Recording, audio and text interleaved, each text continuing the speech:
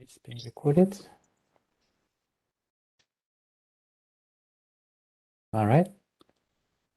Okay.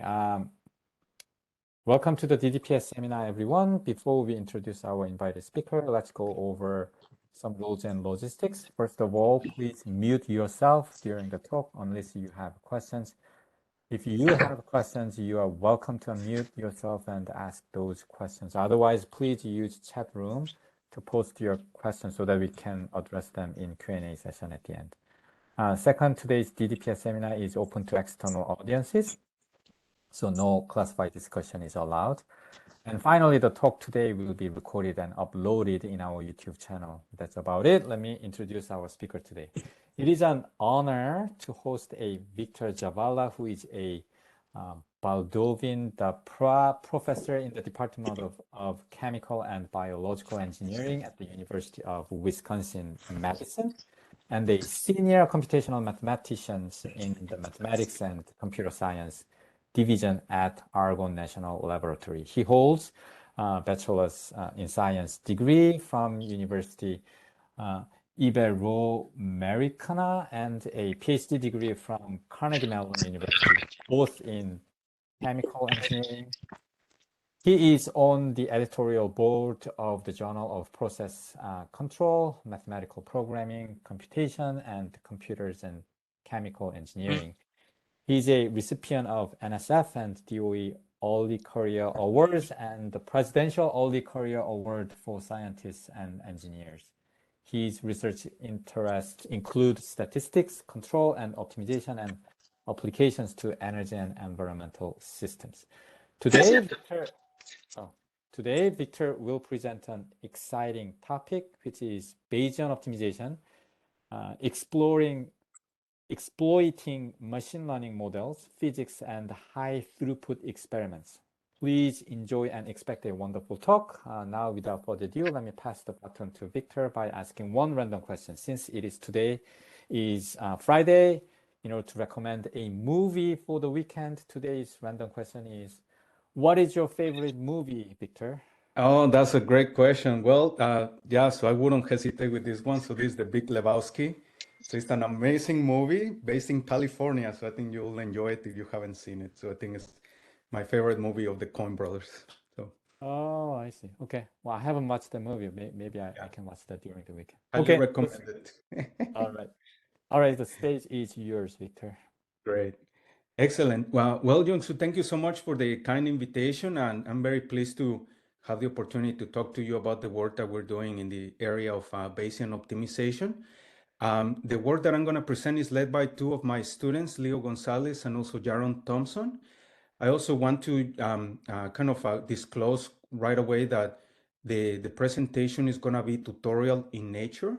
So I'm going to try to reach to a broad audience and also try to just emphasize my perspective on the problem more than trying to do an exhaustive discussion of all the available approaches for Bayesian optimization, which nowadays is a very exciting and active field. So let me just jump right away and tell you a little bit about this topic. So as I say, I'm going to start with a tutorial overview. I don't want to make any assumptions on the background on the audience because it could be quite broad. But basically, the idea of Bayesian optimization is a paradigm for closed-loop experimental design. We have been seeing an explosion in interest in algorithms for experimental design. Here, one of the ideas is that we have, let's say, some set of experimental equipment. Typically, when we think about experiments, we think about a physical experiment.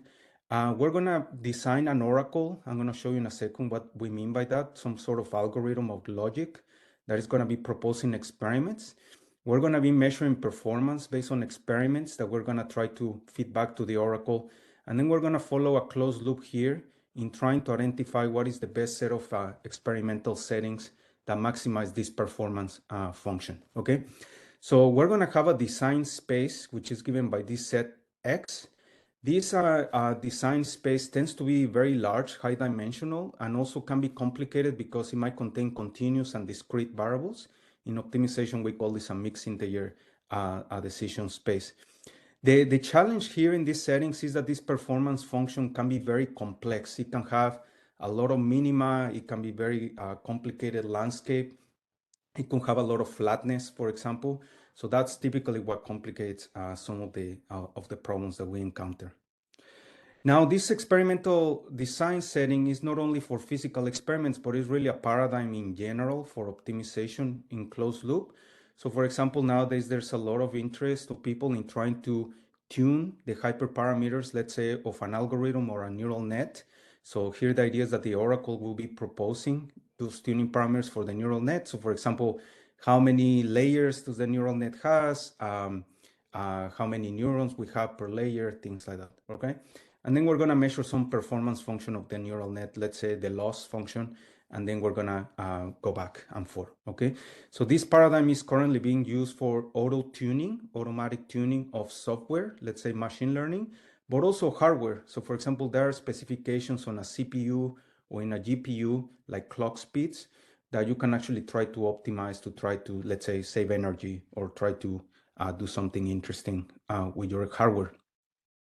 Another interesting application of this paradigm is trying to tune controllers. So for example, in the process control industry, we have controllers, let's say a PID controller, that depend on parameters that are difficult to select. So there are typically heuristic rules for selecting those parameters.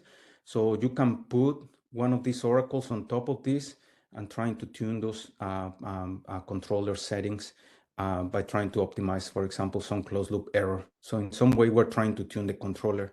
So think about this controller also as your thermostat at home, right? So you can also tune some of the factors in there. So in general, this paradigm can be used for tuning algorithms, let's say in optimization or control. So very general setting. So what we mean experiments does not only need to mean physical experiments, it could also just be a simulation experiment, or it could be a black box type of setting. So the fundamental problem that arises here from a mathematical perspective is that this function f of x does not have an explicit algebraic form. So it is a black box function. We actually don't know how it looks like. So we don't know if it looks quadratic. We don't know if it looks linear. We don't know if it looks exponential. So it could be very complicated landscape. So that means that this function needs to be learned from response data. So we need to be probing the system at different values of x to observe values of f, and based on those values that we observe, we're going to try to infer what f is, okay? Now, I want to emphasize that this concept of closed-loop experimental design actually has a lot of very interesting connections with other fields of mathematics, and I'm going to point out these connections because there are a lot of very interesting developments in different fields that are trying to get at the same problem, but sometimes what you see is a different language, different types of applications, different types of specifications, but similar, they're trying to reach to the same problem. So for example, this closed loop experimental design paradigm is really a data-driven black box optimization framework, very similar to what the people in optimization think about with derivative-free approaches. And you also can find some very interesting synergies between this closed loop experimental design with feedback control. And I want to emphasize this because there are some very interesting insights from feedback control that I think you can leverage to try to guide better algorithms for experimental design. All right, so now let me tell you a little bit about more specifics of how these paradigms work. And in particular, I'm gonna start emphasizing what do these boxes do. So here the idea is that I'm going to be proposing a set of an experiment, let's say xk. I'm gonna measure the response of the system, which I'm gonna collect as a data point, f of k. And then I'm going to have a history of data that I'm gonna use to build a model. This model, this mk of x, is going to be fed into this oracle. And this oracle is going to use this model to try to select what is the next experiments by solving, for example, an optimization problem, okay? So the next experiment is determined precisely by optimizing or minimizing this acquisition function. This model, mk, is going to be an approximation, right, of the real system, right, which we actually don't know. And it's going to be built based on this available database that we have for us. Now, this model can be of two forms. It can be probabilistic or can be deterministic. In the deterministic case, the acquisition function is simply the model. So I'm just trying to optimize the performance. That's it, right? Simple. But in a probabilistic setting, it's interesting because the model will not only be a prediction, but will also have some degree of uncertainty. So we can actually characterize the uncertainty of the prediction. And in such a case, we can construct acquisition functions that capture the expected performance of the system, let's say the mean performance, but also some measure of uncertainty. For example, the variance or the confidence intervals of this prediction. And this gives you an interesting way of trying to trade off what people call exploitation and exploration. So exploitation, what it's trying to do is trying to emphasize the fact that I already trust the model. So I'm going to try to precisely trust it and try to optimize performance of the system. So I'm going to be more risky, right? Or more targeted. On the other hand, if you're more in exploratory mode, that means that I actually don't trust the model yet because I don't have enough data. So maybe I'm going to keep emphasizing proposing experiments to try to resolve that uncertainty first. And then once I resolve that uncertainty, I'll move into exploitation. So that's the two trade-offs, okay, that normally you try to do. And that's precisely what I'm trying to emphasize with this little illustration that I have here. So this oracle is trying to optimize this acquisition function. This acquisition function, as I show you, is a combination of some exploitation and exploration. So let's say that the optimum experimental setting is here in this red dot. So basically this first term is going to try to emphasize when this area is trying to get at the optimum.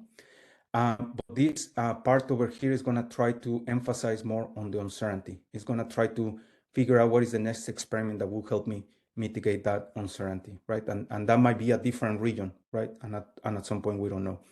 So this acquisition function captures a fundamental trade-off that typically exists in stochastic optimization, which is risk and performance.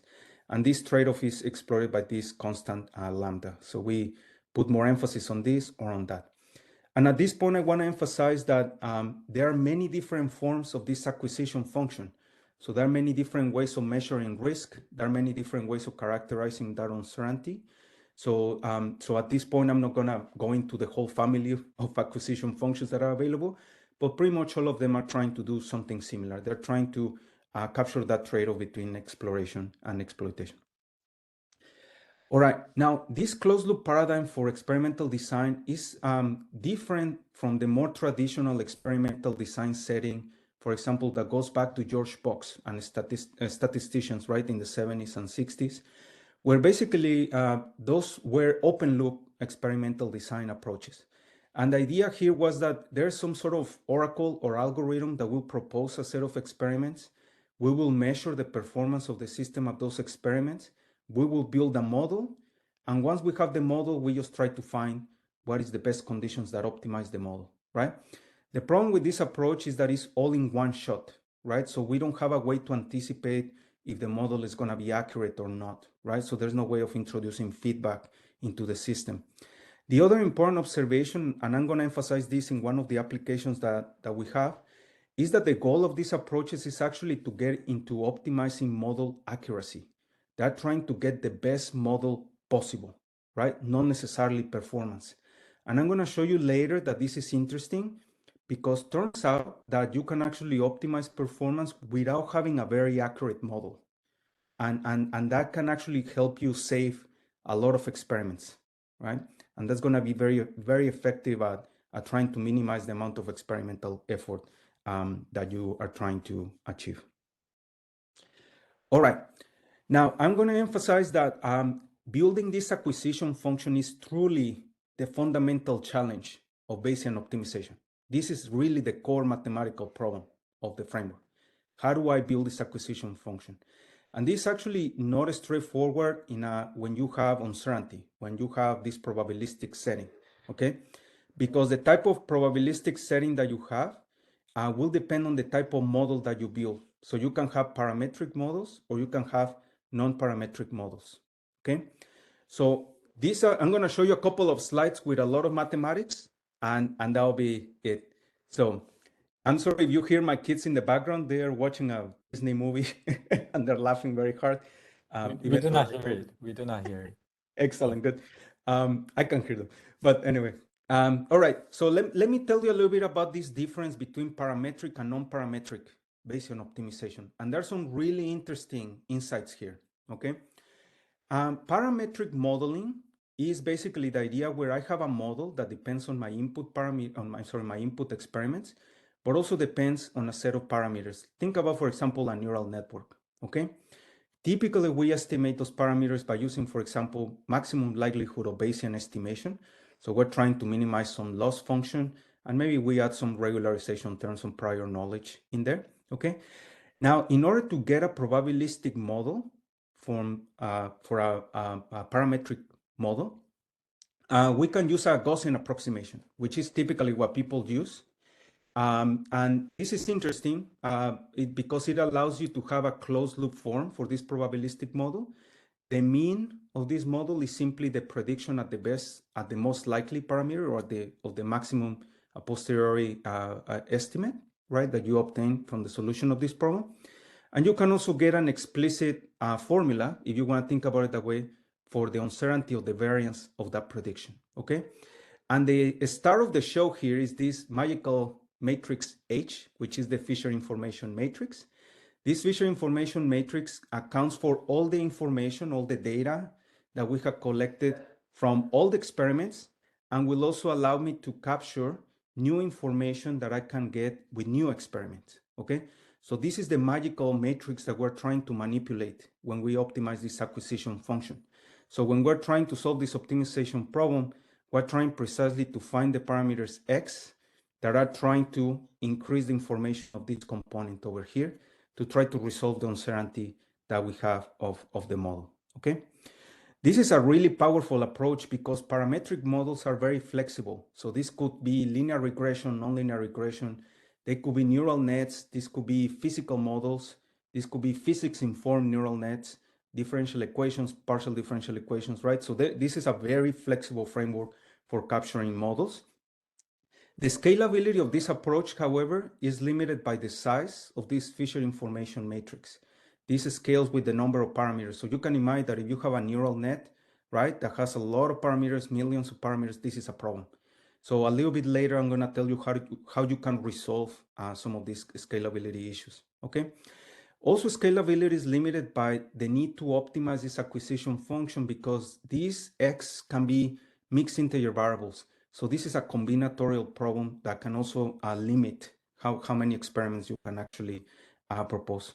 Now, one of the challenges with parametric approaches is that they're difficult to implement because they involve nested operations, right? So you have a matrix that is a function of X, right? And then this matrix propagates in complicated ways through the operations, right? But this approach is actually very, very nice and very adaptable to modify to propose multiple experiments.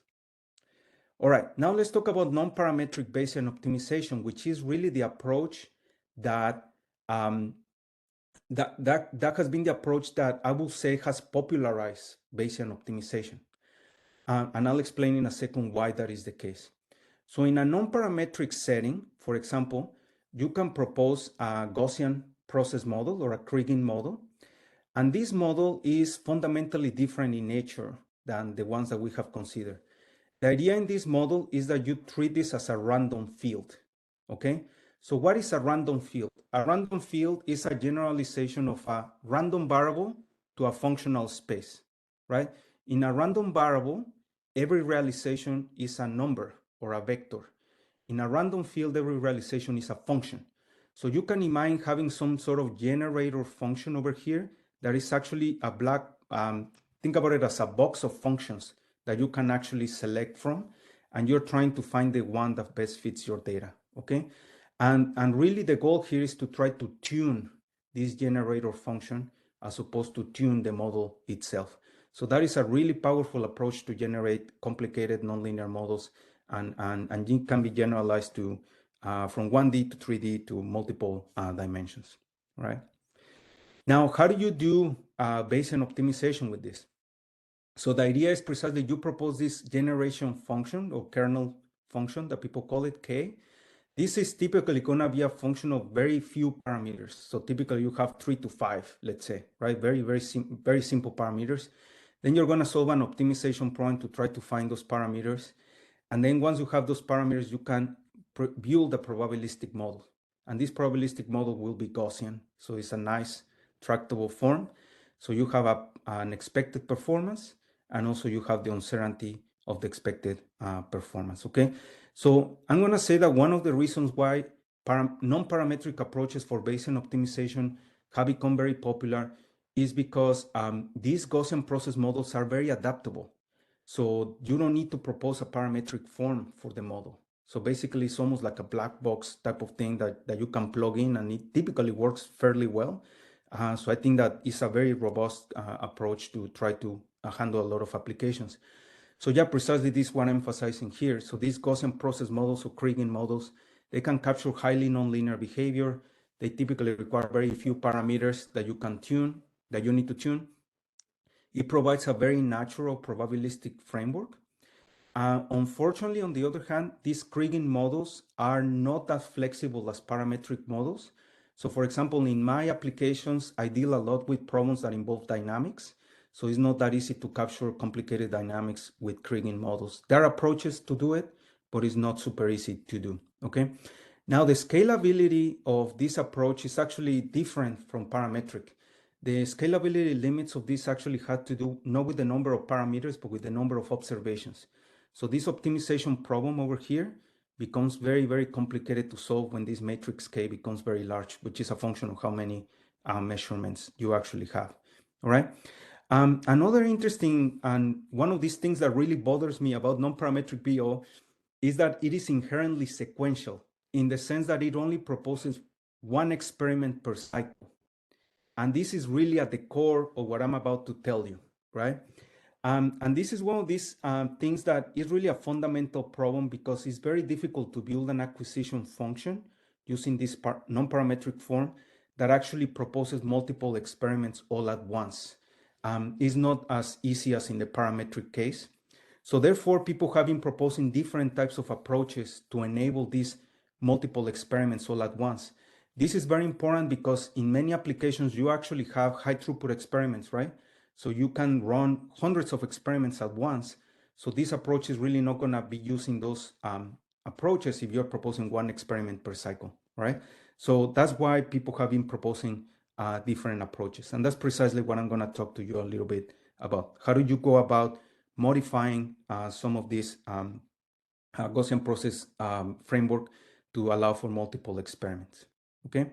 This is Priyodip. I'm wondering whether I can get a quick question. Yeah, please. So this is from your previous slide. One of the points that you talked about was this open loop system where people wanted to learn the best model in an efficient manner, better than a batch sort of system. You kind of learn the model more efficiently. And then you talked about the difference from something that the closed loop, which is kind of maximizing model performance. Yes. Now, can you explain what you mean by model performance? Is it model fit versus generalization, or because I think that is something key. Sorry, go ahead. Excellent. I'm sorry that I didn't emphasize that. So typically, this performance function f of x, it is some measure. I typically think about it as some economic measure or cost measure associated with the system. So let's say that I want to maximize the yield of a reactor, or I want to maximize some sort of economic performance of a given system. So how quickly my controller responds, or how expensive that system might be. So it's typically an economic metric, but might be other metrics, right? Like carbon emissions of a system or something like that. But it's typically a metric that does not have to do with the model accuracy itself. It's really more about the performance of the system. Does that clarify more or less? Yeah, but it depends on the model. Learning a better model will give me better ways to optimize, or am I misunderstanding that? Yeah, no, absolutely. If you want, we can discuss this towards the end, just Sure. so that, yeah. Oh, yeah, great. Excellent. All righty, so great. So, and I'm seeing some questions in the chat, so I'm gonna try to address them at the end, just all at once.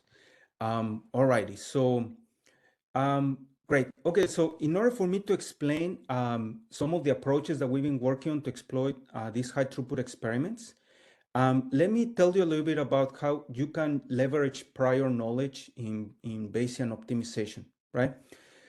So the idea here is that we know that this experimental design space that we're exploring, there might be some physical constraints, or we might have some very basic idea on how that landscape looks like, right? So typically we have, for example, a physics-based model that maybe is not the best model available, but at least it captures some of the basic features of the system. Or you might have some sort of low resolution or low fidelity model of the performance of the system, right?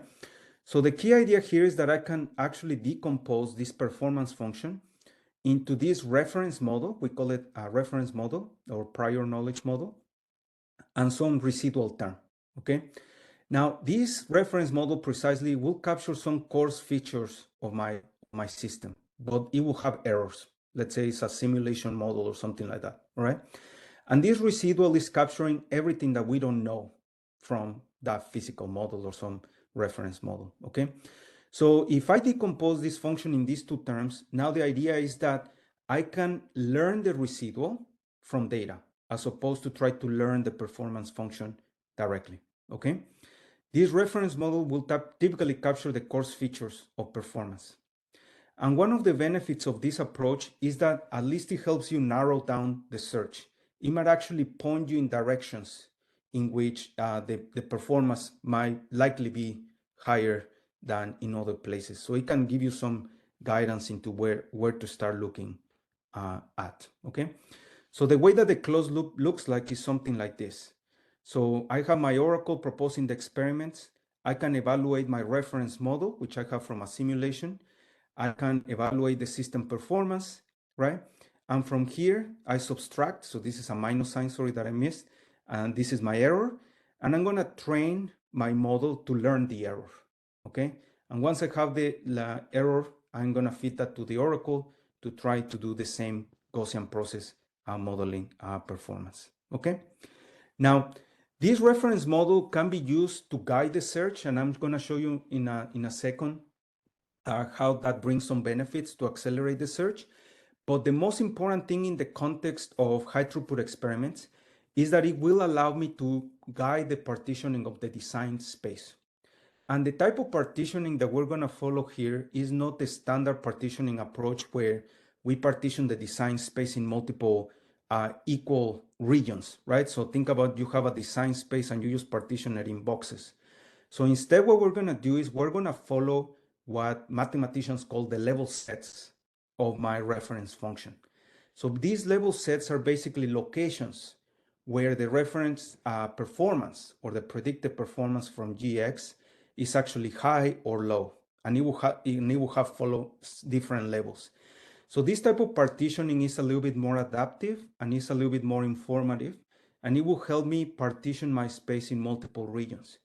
Once I partition the space in multiple regions, now guess what, right? So you can define a Bayesian optimization framework to search in these different regions, right? And that's one potential approach to exploit parallel experiments.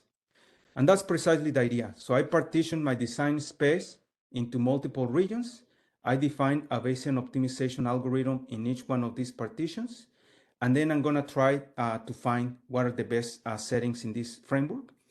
And then what I'm going to do is actually combine data from these two types of settings to try to build my model and try to refine the model as long as we go. However, in the standard approach for doing this, there's actually no communication between the BO agents. So you can imagine that you have each BO agent just being searching for its own region, but there's really no communication of data, right? So that is dangerous to do. So that's a problem. So precisely what we're going to do is modify the framework to allow for some communication. So each one of these is going to be searching, but they're going to be sharing information to try to build a central model. And the central model is going to be shared with this framework so that they can both optimize and try to search the entire space simultaneously. So we're going to build a global model. All right. Now, there's another paradigm for actually doing partitioning of this design space. So instead of following the partitioning of the level sets, you can also partition variables of the system. This is very practical when you actually have systems that are compositions of systems. So for example, in many applications like chemical processes, which is my area, we have multiple units for which you might want to run experiments. So the idea then is that you want to run a Bayesian optimization in each one of these units, right? By optimizing its own variables. And then you want to have some sort of communication framework to try to just optimize the global performance of the system. So the idea here is precisely I can decompose the systems into subsystems. So for example, if you have multiple reactors or separators, I can split them. Subsystems will be strongly affected by some subset of variables, but maybe they're not affected by other variables. So we're trying to exploit that type of information in the system. And we can enable parallel BO search for every one of the agents, searching for different variables. And that is precisely how it looks like. So I'm going to have a Bayesian optimizer looking to optimize in one direction of the system. So maybe subsystem 2. And I'm going to have a Bayesian optimizer looking into another subsystem. So maybe subsystem 1. They're going to be doing their own magic. And then I'm going to exchange data or information to try to build a model that is central and that tries to optimize global performance. All right. So that's basically the idea. Now, these approaches for exploring high throughput experiments are some ideas that we've been exploring, but the community of Bayesian optimization has been trying many different approaches to exploit these high throughput experiments. One very interesting approach that people have looked at, for example, is to actually play games with this lambda parameter that I was telling you. So you could imagine that you can train multiple Bayesian optimizers with these different values of lambda. Each one of them will run in a different experiment, right? And by tuning these lambda values, these Bayesian optimizers will be emphasizing more on exploitation, or will be emphasizing more on exploration, okay? And with that, you can gain more information about the system, right? And that's one approach that you can also use to leverage high throughput experiments. All right. Okay, so now that I have spent a number of minutes just telling you a little bit some of the basic concepts of Bayesian optimization. So now let me conclude the talk with case studies. So let me actually show you how this actually works in real applications. And I'm hoping that through the applications, I'm going to be able to resolve some of the questions that some of you have been asking on what do you mean by performance, right? Or what do you mean by this, right? So hopefully this will actually put it in a more less abstract and more applied context. All right, so let's look into some case studies. So let me start with this case study that was motivated by a collaboration that we had with Johnson Controls. Johnson Controls is a company that commercializes software, controls software for energy systems. So for example, one of their applications is trying to develop control systems for heating, ventilation, and air conditioning plants. These are the central plants, let's say, of a university campus, so or a national lab, right, like Lawrence Livermore. So think about every collection of buildings is fed with chilled water, cold water, with hot water, with steam, right? Those come from a central plant, right? And this central plant is a convex, is a complicated combination of different types of units, all right? So the idea here is that we're going to design controllers to try to find the best way to run the system as the system experiences different weather conditions, different demands of different products, chill water, hot water, steam water, right? So these are very sophisticated systems, very complicated. So one paradigm to actually do this optimization is to do a technique called model predictive control. So model predictive control, basically what it does is solves an optimization problem in real time, right? To try to find what is the best way to run this set of equipment to try to respond to the demands. And this controller, as most controllers, like a PID controller, actually depends on several parameters that is very difficult for practitioners to find a priori values, all right? So for example, one of those parameters is how far in the future I want this controller to predict. That is a very important parameter because if you're trying to anticipate demands of energy, it's very important that you capture those dynamics, right? Now, you don't want to have an horizon that is too long because then the complexity of the optimization problem becomes very high.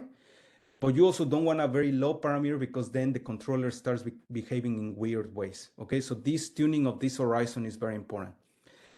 You can also tune the constraints as well. The constraints are very important in this controller because this is what protects the system from weird conditions that they might encounter, right? So if you tune these constraints, you can actually be more conservative or less conservative about the performance of the controller. And it's also difficult to tune this parameter, okay? So this is how a simulation of this system looks like. So what I'm showing you on the left column are the different dynamic factors that are affecting the controller. So this is the demand of, let's say, electricity. This is the electricity price, right? And these are different signals that the system is experiencing, right? And what I'm showing you on the right is actually the best way to run the system from a power perspective, right? And here what you see is some constraint violations in the system for storage, okay? So these red lines are important because this is telling me that the system is experiencing constraint violations, so this is actually not the best way to run the actual system. Each one of these simulations has to be run for an entire year, okay? And it has to run with a very high level of resolution. So just one simulation for 1 year requires 3 hours of computational time. So you can imagine that if you want to tune the parameters of this controller, you really don't want to be doing that many simulations, right? So you want to do this in an effective manner, right? And this precisely, we're going to try to tune those parameters. We're going to simulate the system performance for an entire year, and we're going to try to see how the system behave over the entire year and try to optimize that performance, okay? And precisely the approach that we do is exactly the framework that I showed you, okay? So I'm going to use this Bayesian optimizer. This is the simulation model that I have, okay? But now what we're going to do is we're going to introduce, instead of this high resolution simulation model, I'm going to actually use a low resolution simulation model as a reference model. This low resolution model will be much faster to solve than the actual high fidelity simulation, right? So with this, I want to emphasize that this reference model is flexible. So it is just a low fidelity representation of the real system, okay? And typically that is sufficient to capture some of the basic features of the system, right? And this is how the performance function of the system looks like. Now, to answer the question of some of you, this performance function in this setting, it is the cost of the controller, the cost that the controller experienced over the entire year, right? And you see that this is on the order of millions of dollars, right? So you can imagine that running these plants for an entire year is actually very expensive.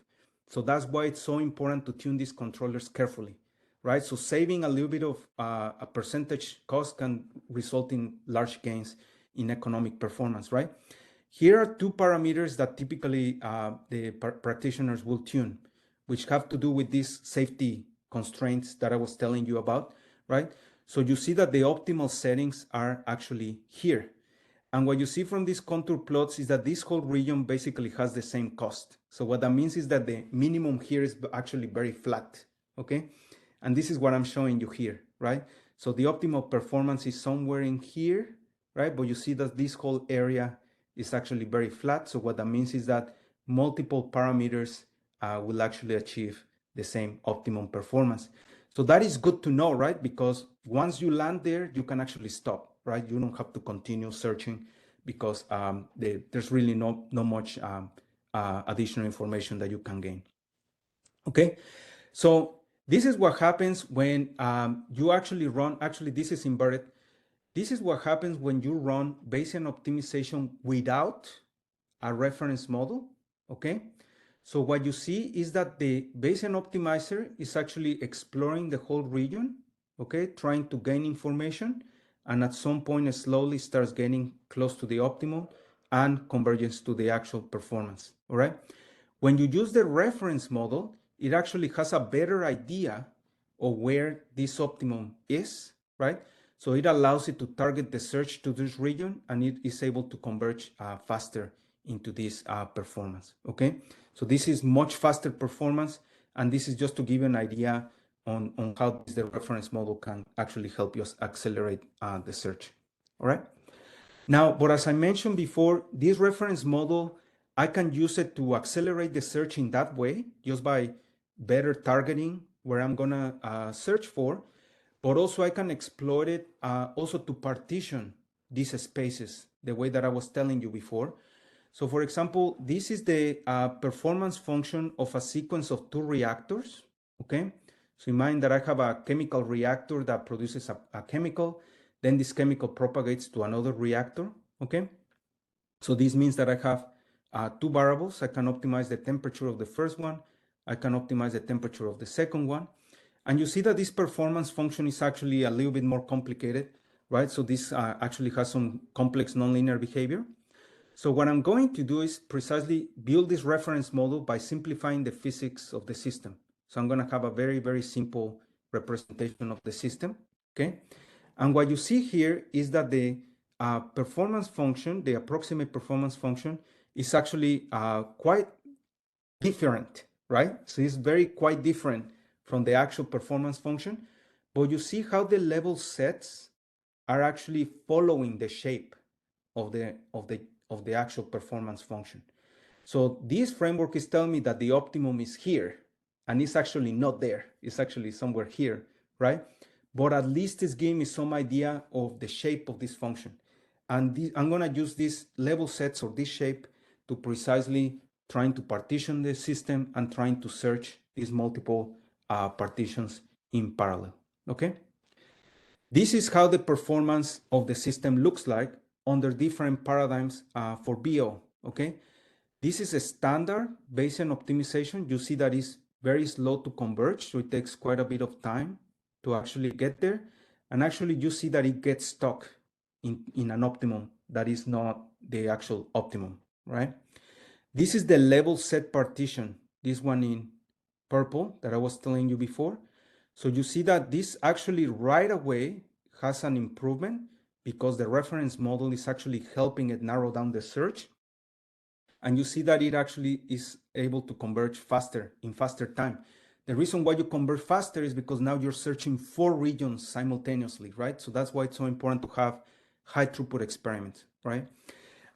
The other lines that you're seeing here is different paradigms that people have proposed in the literature for doing high throughput experiments.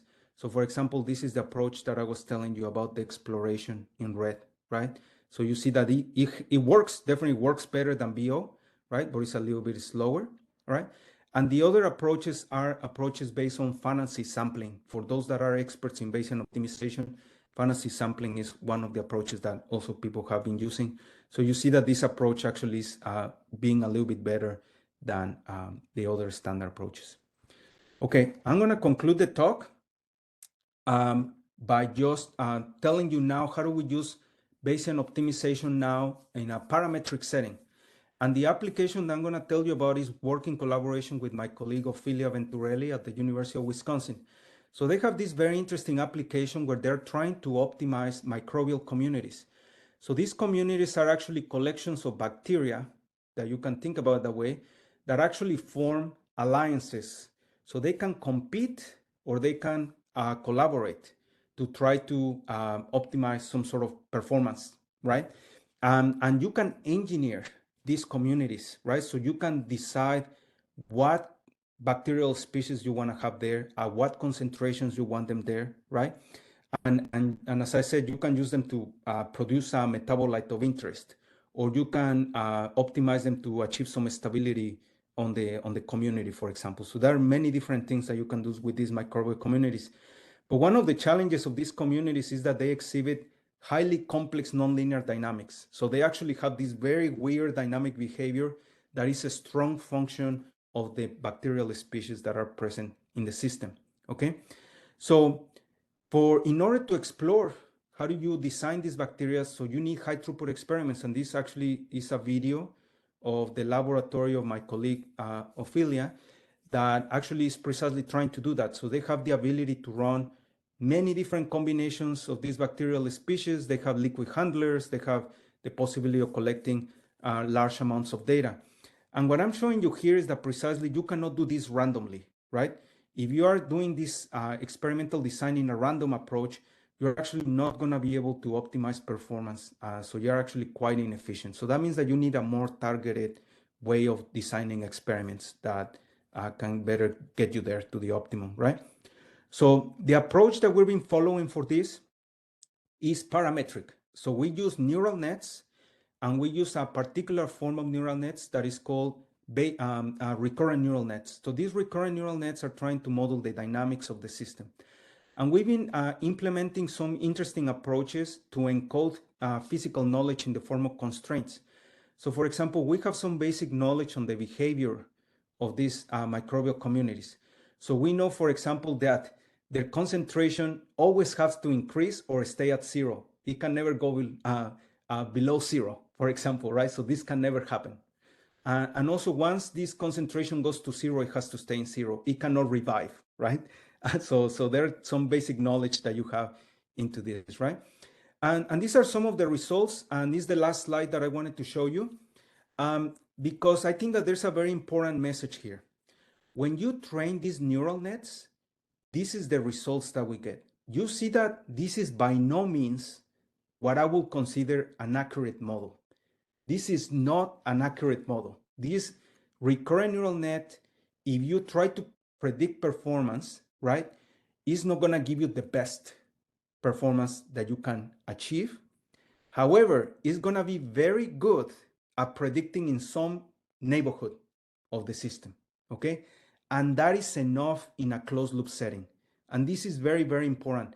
Even if this recurrent neural net just have good predictions, not necessarily the best predictions, actually that is sufficient to find the optimum, okay?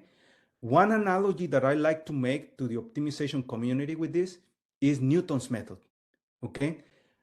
We use Newton's method to optimize highly nonlinear functions. And Newton's method uses a linearization, right?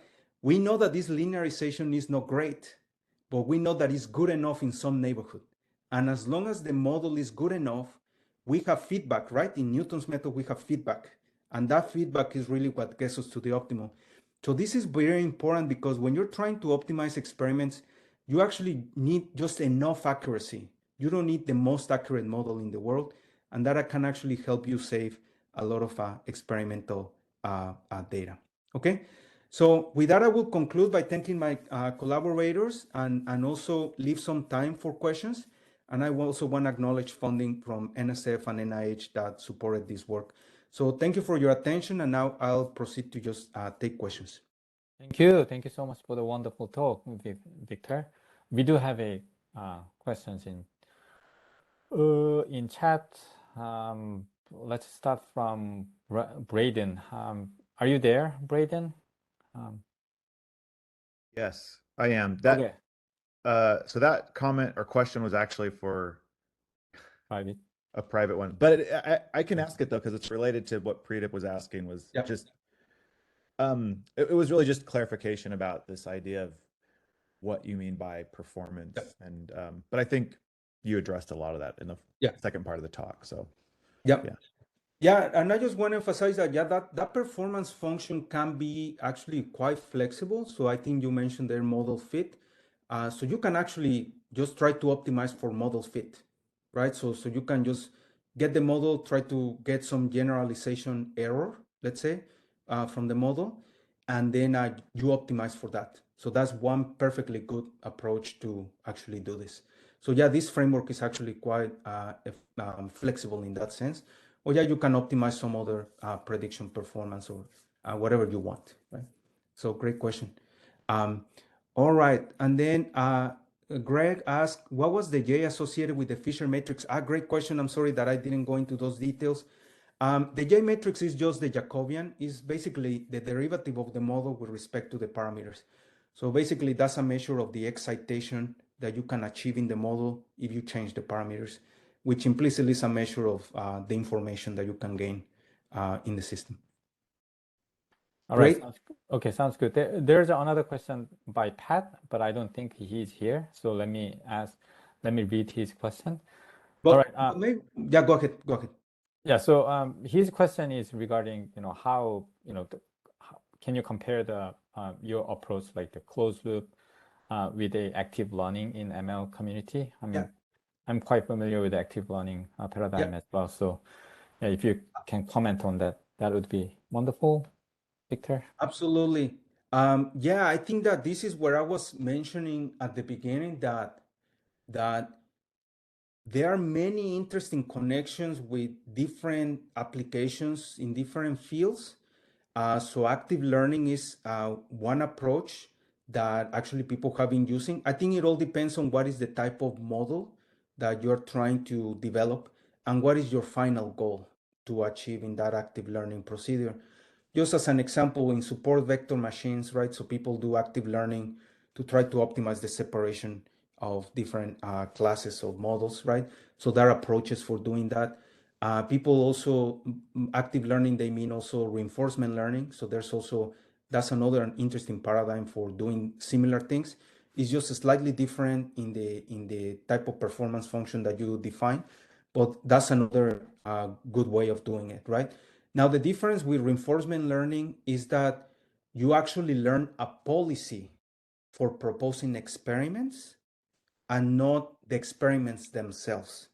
And that actually might be more interesting, right? Because maybe you want some sort of logic by which you select the experiments as opposed to knowing that the experiments have to be this, right?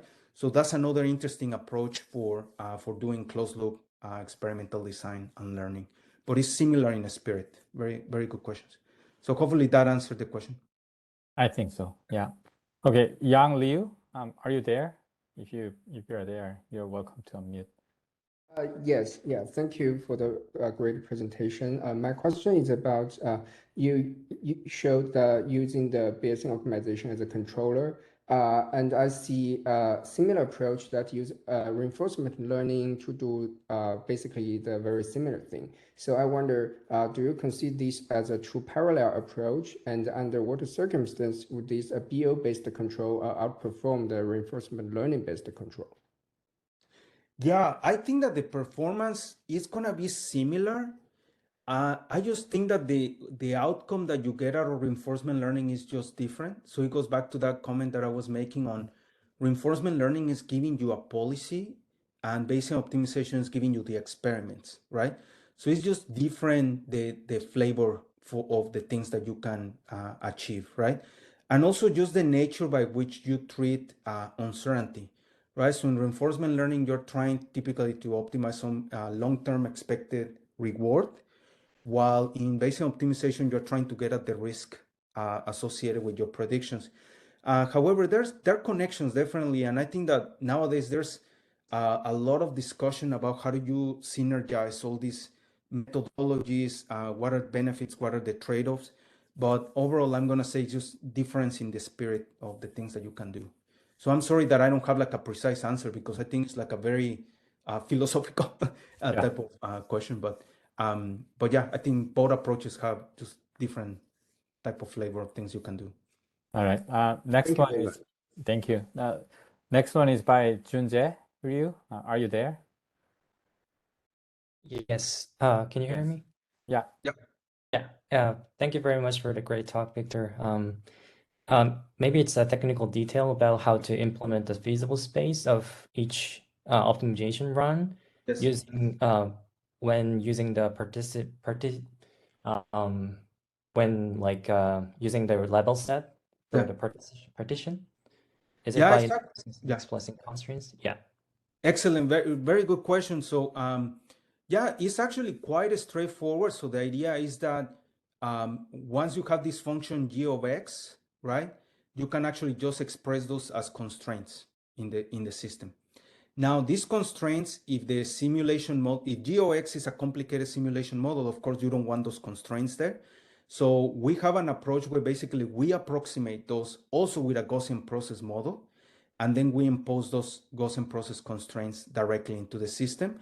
Or you could even do more simple approaches where you just try to fit the shape of that level set in some clever way to try to do the partitioning. But yeah, so you have to import some sort of explicit constraints in the system. I see. Thank you very much. Yeah. All right. I have a follow-on question, but we have so many questions, so I'm not going to ask them. Okay, the next question is Scott Davison. Do you have that? I mean, are you there?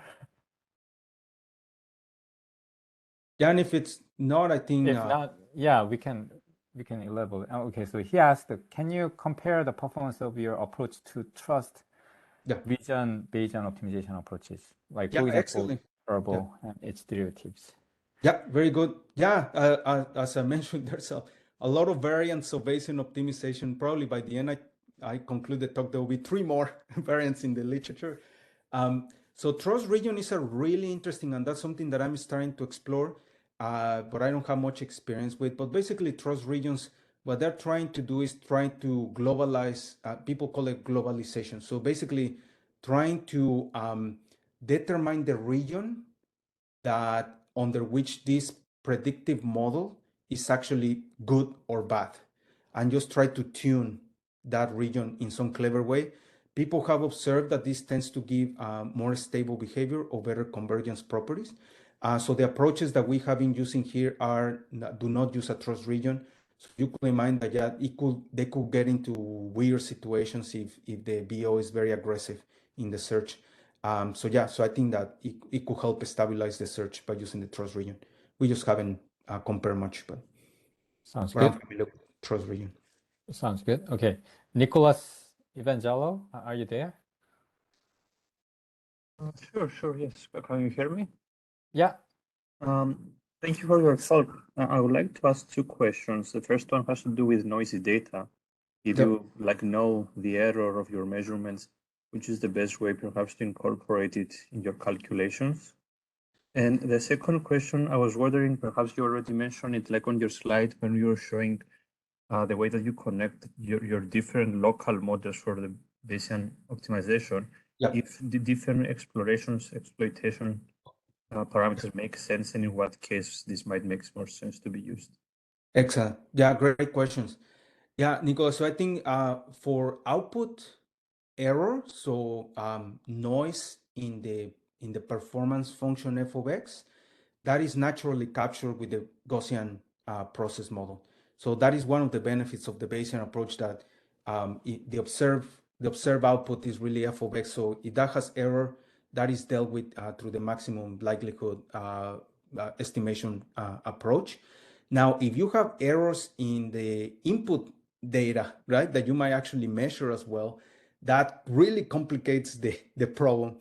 So you need some specialized approaches to build Gaussian process models that are robust to input data. So there are approaches for doing it, but it's not that straightforward.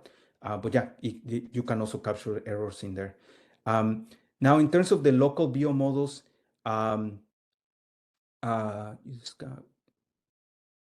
yeah, great. Yes, the parallelization paradigm that we had, we had some policy for how we update the exploitation parameter, that you could follow different policies in different partitions.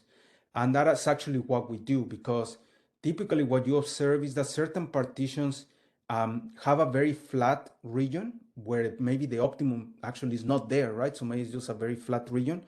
So actually, this actually tries to get into that region very quickly so that you don't waste experimental parameters or experiments in that region.